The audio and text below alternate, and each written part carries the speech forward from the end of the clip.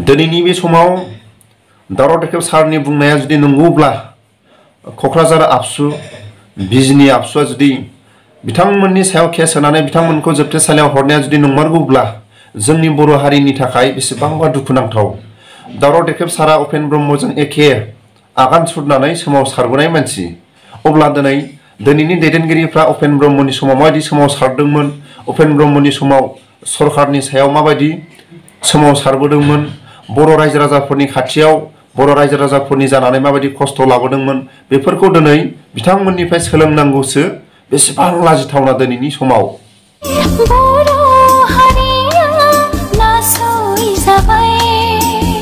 बर' हारिनि गेजेराव बर' मानसियानो बर' दैदेनगिरिखौ हमनानै हरनाय, बिनि दायनिगिरिखौ दिनै रोखा जाबाय।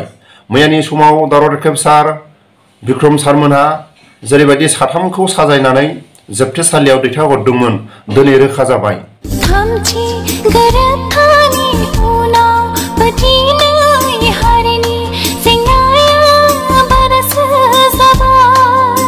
बयखौ खुलुमहरबाय रायजोफोर, जों मोजाङै दङ, जों मोजाङै जेलनिफ्राय फैबाय। दा जोंखौ नङै केसाव जोंखौ फान्दायनानै जेल जाहोदों। जोंनि फुटिसाव एसेबाबो नुखाबाय आरो बुंखाबाय। दावराव देखेब सारा मालाबाबो हारिनि थाखाय फासययाखै, मालाबाबो जोंनि बर' हारिनि थाखाय मालाबाबो फासययाखै। जेनाखै बर' रायजो राजा नोंथांमोन, आं बिक्रम दैमारि। सिगाङाव जेरै दङ आं बिदिनो दङ, आरो सिगाङाव जेराव नोंसोरो जि जायगाफ्राव आंखौ नुदोंमोन बेबायदि नोंथांमोना आंखौ नुफिनगोन। फोरमायनांगौ गोबां खोथा दङ। आङो जेलनि बाहेरनि खोथाखौसो आं बुंबाय थादोंमोन, नाथाय आरो जेलनि सिङाव गोबां थाखोमानाय दुखुनांथावना खोथाफोरखौ नोंथांमोननि सिगाङाव फोरमायनो गोनां दङ। दे नोंथांमोननि साननाय बायदि सोंनाय बायदि आं दिनै बेखौनो बुंगोन। जेलाव जायफ्रा दिनै हरनो थाखाय जोंखौ प्लान पलिसि खालामबाय, आं बिथांमोनखौ गोसो गोरबोनिफ्राय हामबाय होनदों। आंनि सन्मान, आंनि मर्यादा मर्यादा, आंनि हमाय नस्थ' जादोंब्लाबो जेलाव मिथिनांगौ गोबां खोथाफोरखौ दिनै मिथिनो मोनबाय। बिनि थाखाय जायफ्रा दिनै बेबायदि प्लान पलिसिखौ खालामनानै जेलनि थाखाय बाखिन्दा खालामबाय 91 डेजनि थाखाय, आं नोंथांमोनखौ हामबाय होनदों। फैबाय थानाय समाव बुंनांगौ गोबां खोथा दङ, फोरमायनांगौ गोबां खोथा दं। आं रावनिबो सुथुर नङा, मावनांगौ जोंहा गोबां खामानि दङ। सोरनिबा राजनितिकआ खहा जालांनो हागौ, नाथाय जोङो जाथि हिसाबै जोङो थांना थानायनि खामानिखौ जोङो मावनांगोन।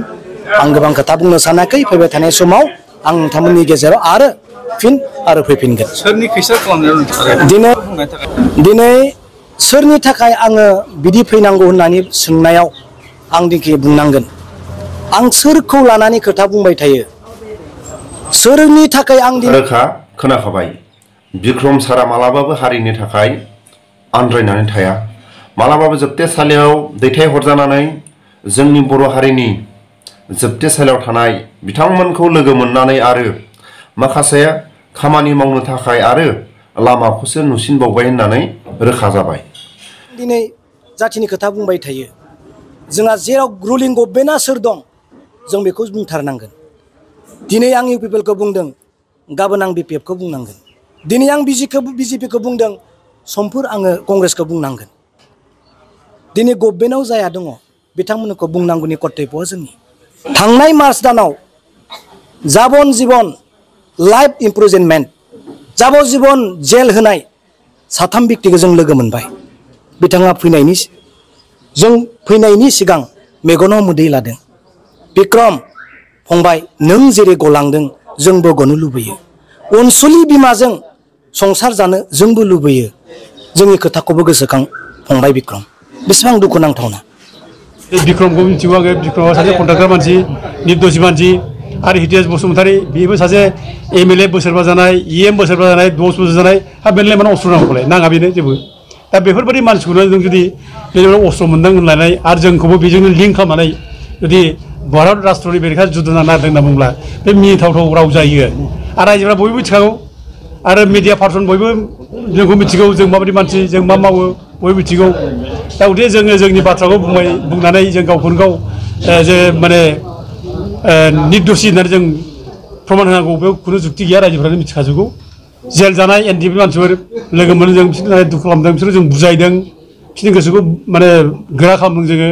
आरो गोबां बिदिनो जेल जादों बायदिसिना केसाव। एनडिएफबिजों लिंक दं बायदिसिना होननानै जेल जानाय दङ।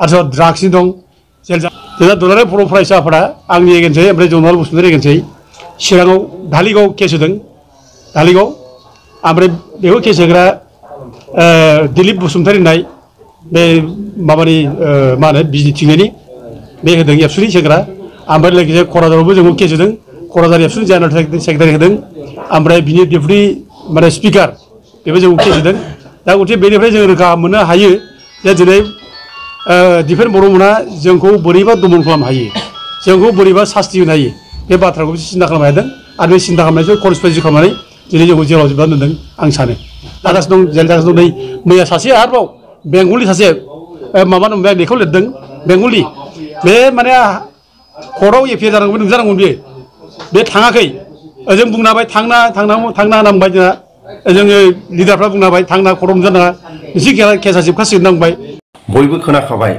जोबथेसालि सिङाव थानानै बा जोबथेसालि सिङाव जोंनि बर' हारिनि थाखाय माथो होग्रा दैदेनगिरिफोरखौ जोंनि हारिनि गेजेराव सोरबाफोर गावसिनि माखासे गोरोन्थिखौ लाजिनानै सरखारनि माखासे हेफाजाब लानानै बिथांमोनखौ जोबथेसालियाव हरनाया बिथांमोननि मावनो गोनां खामानिफ्रा आरो माखासे साबसिनसो जादों होननानै बुंदों सोरखौबा केस होबाबो मिथिखायो बेफोरो मा गावजों गाव दावराव दावसि जानो थाखाय सरखारनि माखासे बेफोरो पलिसि सोरबा केस होग्राफ्रा सानदोंमोन जों सिरि सिरि केस होयोबा जोंखौ मोनथिनाय नङा बिथांमोनखौ सिरि सिरि केस होनानै जोबथेसालियाव हरोबा जोंखौ मोनथिनाय नङा नाथाय दावराव देख्रेब सारनिफ्राय रोखा जाबाय काउन्टार खालायोबा जोंखौ मोनथिनाय नङा नाथाय सरखारनिफ्रायनो बेफोरखौ हारिनि गेजेराव गावजों गाव दावराव दावसि जानो थाखाय बेफोरखौ फोरमायखायो बेफोरखौ बयबो सांग्रां जानाया मोजां सोरखौबा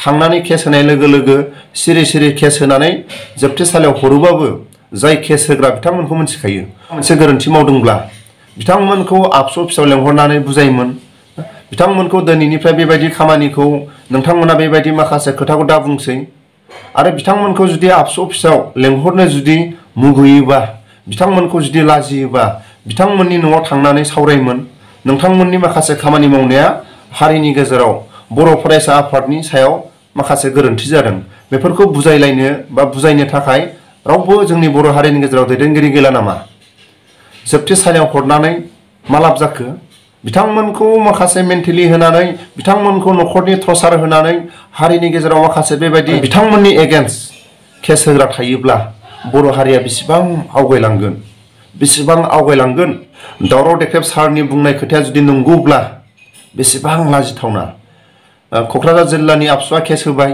आरो बिजनि एलेकानिफ्राय केस होबाय आबसुनि मानसिया बेसेबां लाजिथावना सोलोंनांगौसो उपेन ब्रह्मनि आन्दलनाव माबायदि खस्थ' खालायबोदोंमोन माबायदि हारिनि थाखाय सरखारनि खाथियाव सोमावसारबोदोंमोन हारिनि थाखाय बेसेबां खस्थ' खालायनो गोनां जादोंमोन बेफोरखौ सोलोंनांगौसो आबसुनि दानि दैदेनगिरिफ्रा आंनि बुंनायफ्राव गोरोन्थिफोर जादोंब्ला आबसुनि दैदेनगिरि आबसुनि साफ्रोमबो सोद्रोमाफोरनि खाथियाव आङो आखाइ खबजोबनानै निमाहा बियो बर' हारिनि गेजेराव आंनि चेनेलनि नायगिरि बयनिबो खाथियाव आंनि बुंनायफ्राव गोरोन्थिफोर जादोंब्ला आङो आखाइ खबजोबनानै निमाहा बियो।